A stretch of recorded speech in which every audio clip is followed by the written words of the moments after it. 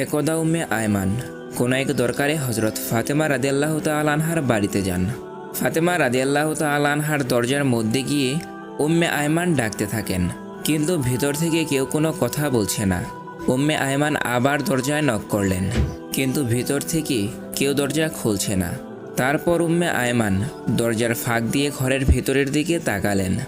দেখলেন হজরত ফাতেমা রাদিয়াল্লাহু তাআলা আনহা রুটির জাদা পিষতে পিষতে ঘুমিয়ে পড়েছে এবং তার চৌকির মধ্যে একজন মহিলা বসে তাসবিহ পাঠ করছেন এবং আরও একজন মহিলা হজরত হাসান এবং হুসাইন রাদিয়াল্লাহু তাআলা আনহুকে দোলনার মধ্যে ঘুম পাড়াচ্ছে। এই দৃশ্য দেখার পর উম্মে আয়মান হজরত ফাতেমা রাদিয়াল্লাহু তাআলা আনহার বাড়ি থেকে চলে হজরত রাসূল সাল্লাল্লাহু আলাইহি ওয়াসাল্লামের দরবারে উপস্থিত হলেন। নবীকে সালাম দিয়ে উম্মে আয়মান নবীকে বলেন, ইয়া রাসূল আল্লাহ, আমি কোনো এক দরকারে ফাতেমার বাড়িতে গিয়েছিলাম। তার ঘরের মধ্যে আমি এমন দৃশ্য দেখতে পেলাম। তারপর নবীজি উম্মে আয়মানকে বলেন, আমার মেয়ে ফাতেমা রুটির জাতা পিষতে পিষতে ক্লান্ত শরীর নিয়ে ঘুমিয়ে পড়েন, কিন্তু তখনও তার তসবিহ পাঠ করা বাকি ছিল। তাই আমার আল্লাহ রাব্বুল আলামিন হজরত ফাতেমা রাদিয়াল্লাহু তাআলা আনহার ঘরে দুইজন ফেরেশতা প্রেরণ করেছেন।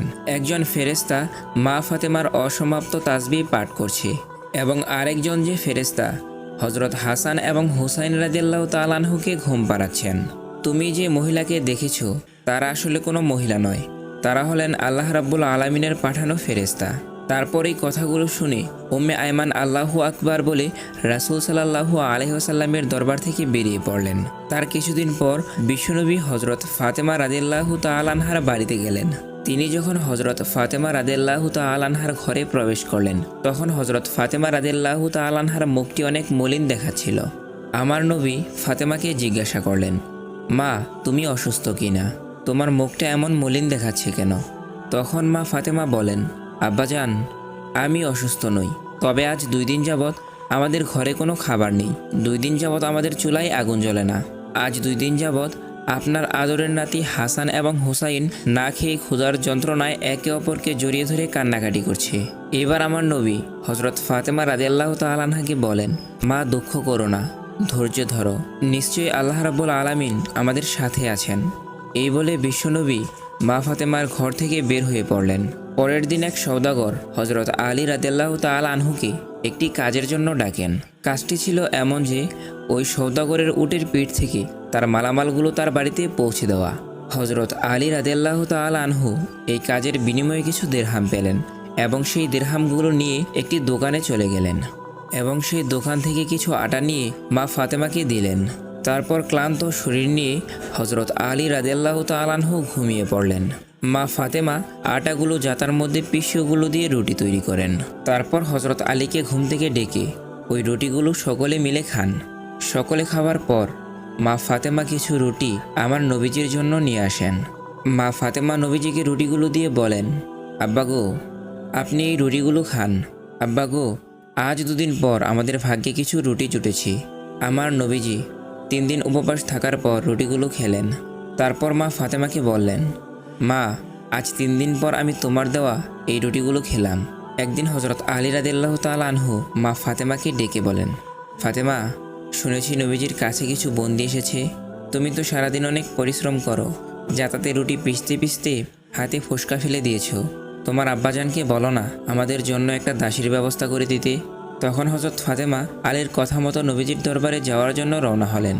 কিন্তু মা ফাতেমা এতটাই লাজুক ছিলেন যে তিনি রাসূলুল্লাহ সাল্লাল্লাহু আলাইহি ওয়াসাল্লামের কাছে সেই দাসীর কথা না বলেই ফিরে এলেন। তখন হজরত আলী রাদিয়াল্লাহু তাআলা আনহু ফাতেমাকে দেখেই বুঝতে পেরেছেন যে ফাতেমা রাদিয়াল্লাহু তাআলা আনহু রাসূলের কাছে এই কথাটি বলতে পারেননি।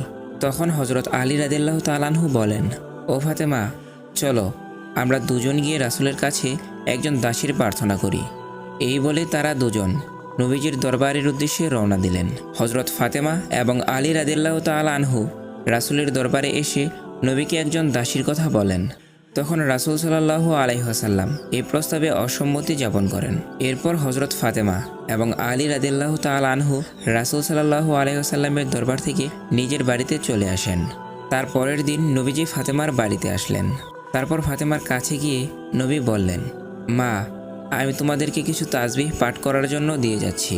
এই তসবিহগুলো তোমরা যদি নিয়মিত পাঠ করো তাহলে আল্লাহ রাব্বুল আলামিন তোমাদের ঘরের মধ্যে রহমত এবং বরকত দান করবেন।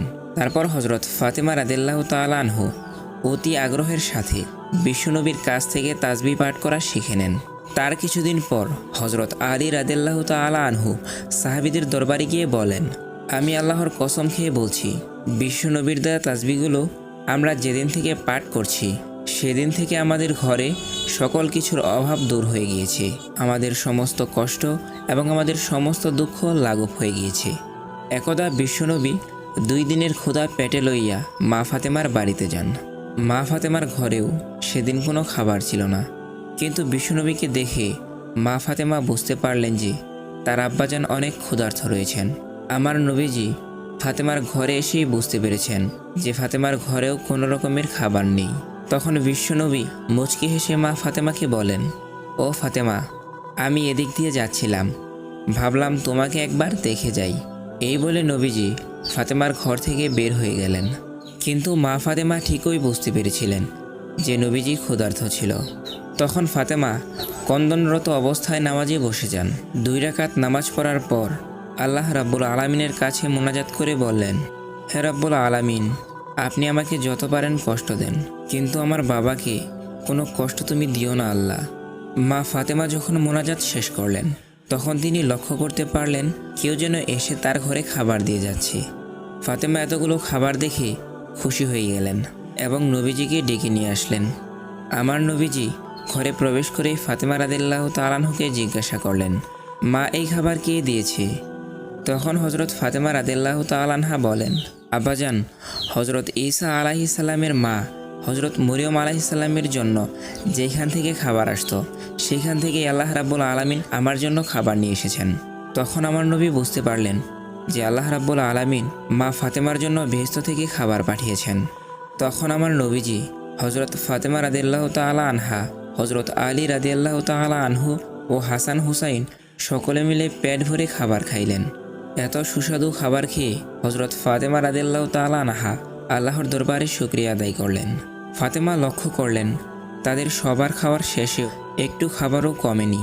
তখন মা ফাতেমা পাড়া প্রতিবেশীকে ডেকে সমস্ত খাবারগুলো তাদের মাঝে দিয়ে দিলেন। পাড়া প্রতিবেশীরা এত সুস্বাদু খাবার খেয়ে মা ফাতেমার প্রশংসা করতে লাগলেন। একদা হজরত আবু বকর রাদিয়াল্লাহু তাআলা আনহু এবং হজরত ওমর রাদিয়াল্লাহু তাআলা আনহু আমার নবীজিকে খুঁজে কোথাও পাচ্ছিল না।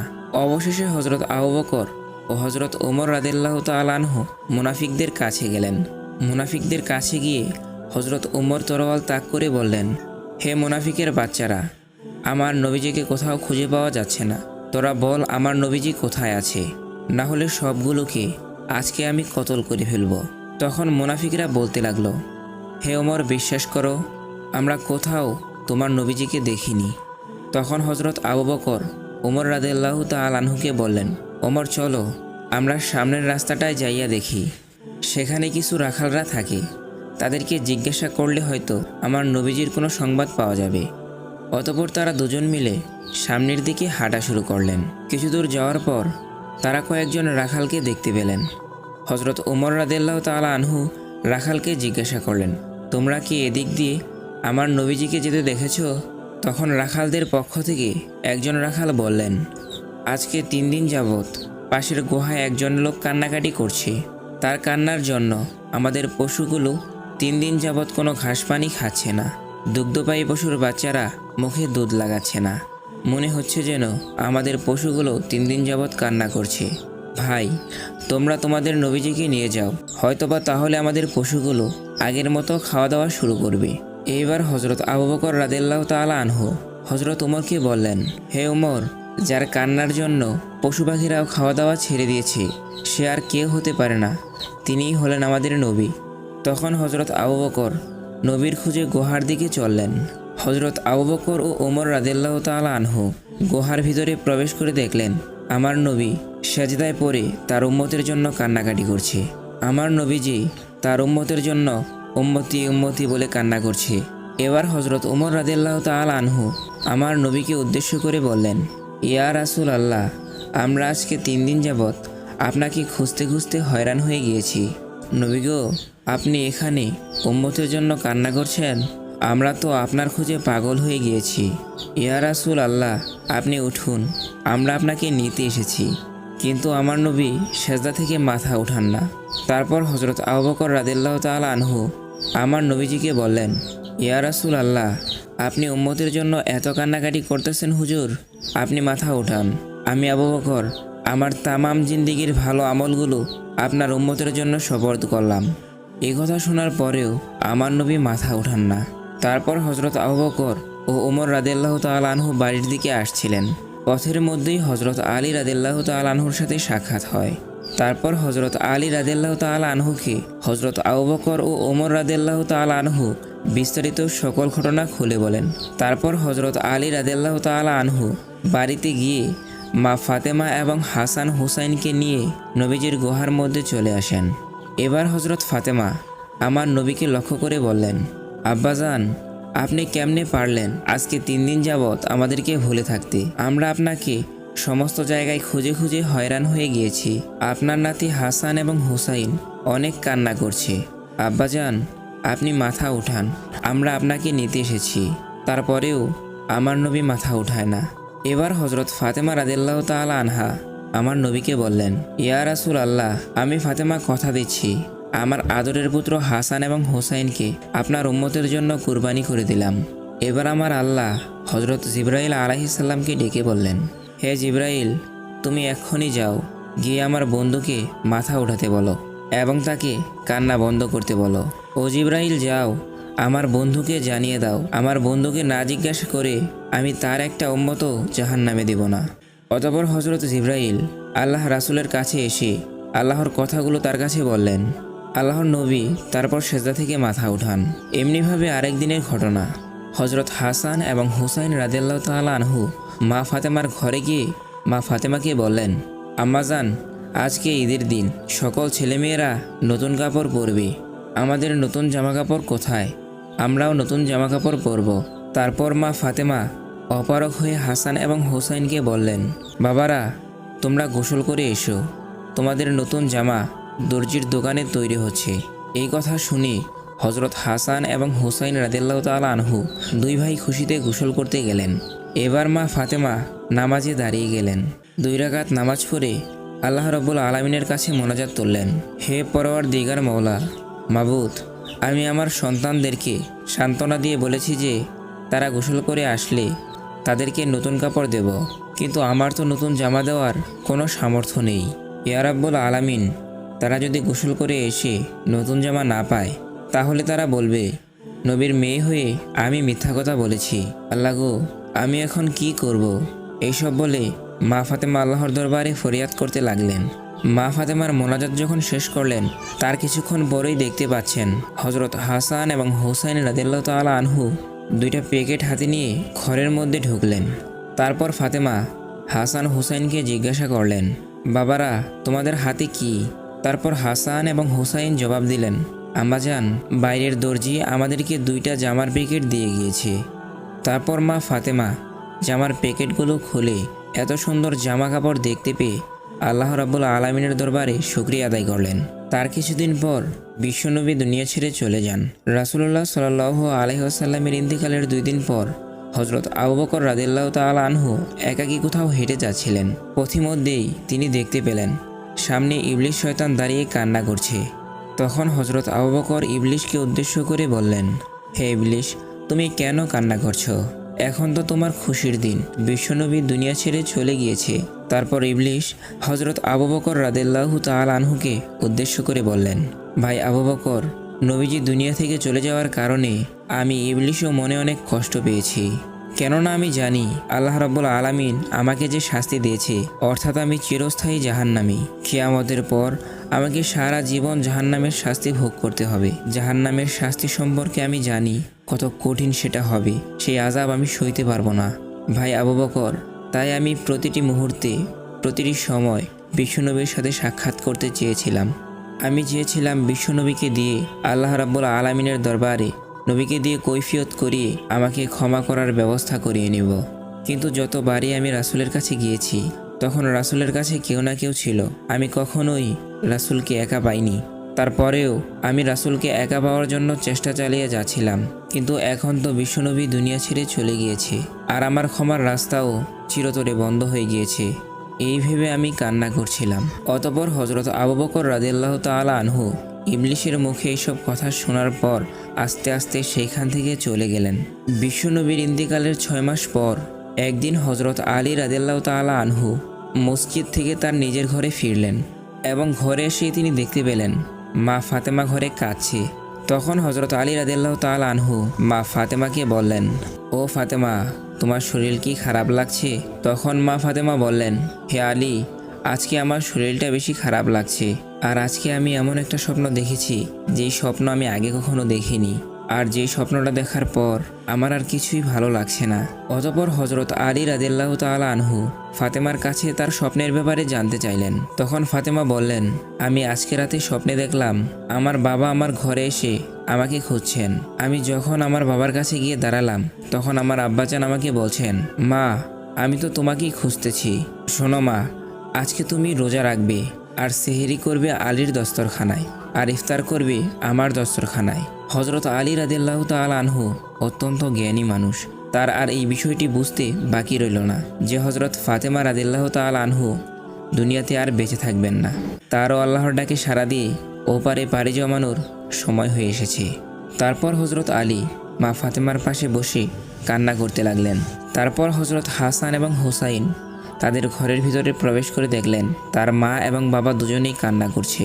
তখন হাসান এবং হুসাইন তাদেরকে বললেন, আম্মাজান, আপনারা কেন কান্না করছেন? কথিত আছে হযরত হাসান এবং হুসাইন মা ফাতেমাকে এটা ওটা জিজ্ঞাসা করে বিরক্ত করত। তখন মা ফাতেমা হযরত হাসান এবং হুসাইনকে বলতেন, তোমরা তোমার নানাজির রওজা থেকে ঘুরে এসো। আজকেও হযরত হাসান এবং হুসাইনকে মা ফাতেমা বললেন, বাবারা, তোমরা তোমার নানাজির রওজা থেকে ঘুরে আসো। মায়ের মুখে এমন কথা শুনে হযরত হাসান এবং হুসাইন রাসূলুল্লাহ সাল্লাল্লাহু আলাইহি ওয়াসাল্লামের রওজা মুবারকের নিকট গেলেন। তখন হাসান এবং হুসাইনকে দেখতে পেয়ে আমার নবীজি বলেন, হে হাসান এবং হুসাইন, তোমরা কেন এখানে এসেছো? তোমরা যখন খুশি এখানে আসতে পারবা। আজকে তোমরা দুজনই মায়ের কাছ থেকে সরবে না, তোমরা মায়ের মুখের দিকে তাকিয়ে থাকবা। আজকে তোমাদের মা দুনিয়া ছেড়ে চলে যাবে। নবীজির মুখে এই কথা শুনে হযরত হাসান এবং হুসাইন রাদিয়াল্লাহু তাআলা আনহু তার মায়ের নিকট চলে আসলেন। এসেই তারা মা ফাতেমা এবং হযরত আলী রাদিয়াল্লাহু তাআলা আনহুকে উদ্দেশ্য করে বলতে লাগলেন, আপনারা কেন কান্না করছেন আমরা বুঝতে পেরেছি। আমাদের নানাজি বলেছে আমাদের আম্মাজান আজকে দুনিয়া ছেড়ে চলে যাবে। হাসান এবং হুসাইনের মুখে এই কথা শুনে হযরত ফাতেমা রাদিয়াল্লাহু তাআলা আনহা এবং হযরত আলী রাদিয়াল্লাহু তাআলা আনহু আরও বেশি করে কাঁদতে লাগলেন। সেদিন বিকালবেলা মা ফাতেমার শরীর আরও খারাপ হয়ে যায়। তারপর মা ফাতেমা হযরত আলীকে কাছে ডেকে বলেন, তোমাকে আমি 3টি কথা বলে যেতে চাই, তুমি কথা দাও আমার 3টি কথা রাখবে। অতঃপর হযরত আলী রাদিয়াল্লাহু তাআলা আনহু মা ফাতেমাকে ওয়াদা করলেন। এবার মা ফাতেমা হযরত আলী রাদিয়াল্লাহু তাআলা আনহুকে বললেন, আলী, আমার প্রথম কথা হলো, আমি অনেক দিন তোমার সাথে সংসার করেছি। আমার জানা অজানা অনেক ভুল ত্রুটি হয়তো তোমার সাথে হয়েছে, তুমি আমাকে ক্ষমা করে দিবা। তারপর হযরত আলী রাদিয়াল্লাহু তাআলা আনহু বললেন, ফাতেমা, এসব তুমি কি বলছো? তোমার মতো স্ত্রী দুনিয়ায় আর কার ভাগ্যে জুটবে? ও ফাতেমা, তোমার বাবা বিশ্বনবী দয়া করে মায়া করে তোমাকে আমার হাতে তুলে দিয়েছিল। আমি তোমাকে ঠিকমতো পড়াতে পারিনি, খাওয়াতে পারিনি। আমি যদি তোমার কাছে কোনো অন্যায় করে থাকি আমাকেও তুমি মাফ করে দিবা।